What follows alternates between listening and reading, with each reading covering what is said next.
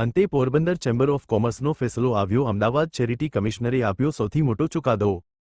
Chamber of કોમર્સમાં બની બેઠેલા Jignesh કારિયાનો team થઈ ગઈ ઘર ભેગી. મૂળ ટ્રસ્ટીઓ અને વર્તમાન ટ્રસ્ટીની ટીમ રહી સહી સલામત. ચેરિટી કમિશનરે ચુકાદા સાથે 60 દિવસમાં પુનઃ ચૂંટણી કરવા કર્યો આદેશ. હાલ 60 દિવસ સુધી નલિન કાનાણી ગ્રુપ ચેમ્બરની સતત સંભાળશે. 60 દિવસમાં ચૂંટણી યોજાવાનો ચેરિટી કમિશનરનો હુકમ છે. ફરીથી બંને જૂથ આમને સામને ચૂંટણી લડશે. જોવાનું એ છે કે ફરીથી ચેમ્બર ઓફ કોમર્શિયલ સુકાની જિગ્નેશ કારિયાનું જૂથ આવશે કે નલિન કાનાણી જૂથ સત્તાના જોરે બાજી મારશે.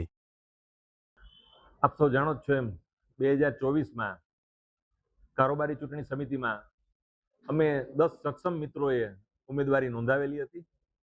એ ઉમેદવારી 10 સભ્યોના ફોર્મ અમારા રદ કરવામાં આવેલા હતા.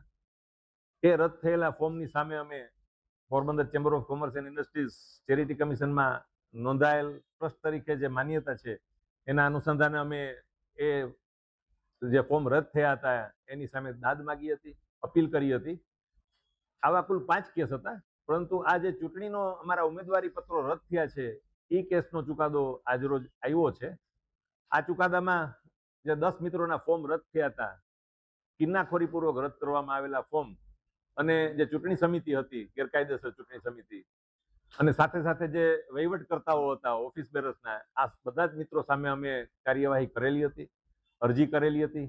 એ અરજી ઘણા લાંબા સમય પછી ચેરિટી કમિશનમાં અમને ન્યાય મળ્યો છે. અમને એ બાબતનો આનંદ છે કે તમામ અમારા જે માગણીઓ હતી કે આ ફરીથી ચૂંટણી કરવી જોઈએ, એ જે ચૂંટણીના ફોર્મ રદ થયા હતા અને જે ફોર્મ માન્ય રાખ્યા હતા બિનહરીફ, એ તમામ જીતેલા ઉમેદવારો જાહેર કરેલા હતા ગેરકાયદેસર, એ તમામ મિત્રોને ગેરકાયદેસર ઠેરવેલા છે. ત્યાર પછીની પણ જે કોઈ ચૂંટણી થઈ છે એ પણ ગેરકાયદેસર ઠેરવેલ છે.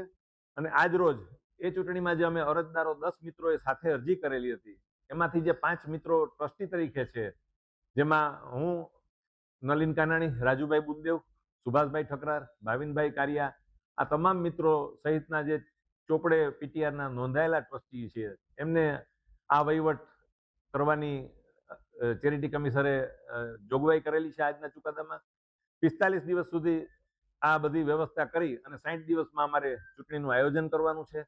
આ સમયગાળા દરમિયાન ઘણા બધા હિસાબો કે જે એકાઉન્ટ્સમાં અહીં ગેરરીતિ થયેલી હોય, કઈ કોઈ સ્ટાફની જે ગેરરીતિઓ થઈ કે એ સિવાય અન્ય જે કંઈક રોજબરોજની પ્રવૃત્તિઓમાં બંધારણની જોગવાઈને માન્ય ન રાખીને અનુસર્યા છે ભૂતકાળના હોદ્દેદારો અથવા તો ગેરકાયદેસર હોદ્દેદારો, એ તમામની સામે જે સફાઈ ચોખવટ અમારે કરવાની છે, એની તપાસ કરવાની પણ અમને મંજૂરી મળેલી છે.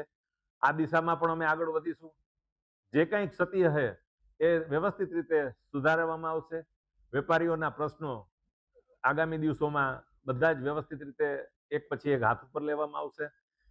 આગામી દિવસોમાં સામાન્ય સભાનું પણ આયોજન કરવામાં આવશે.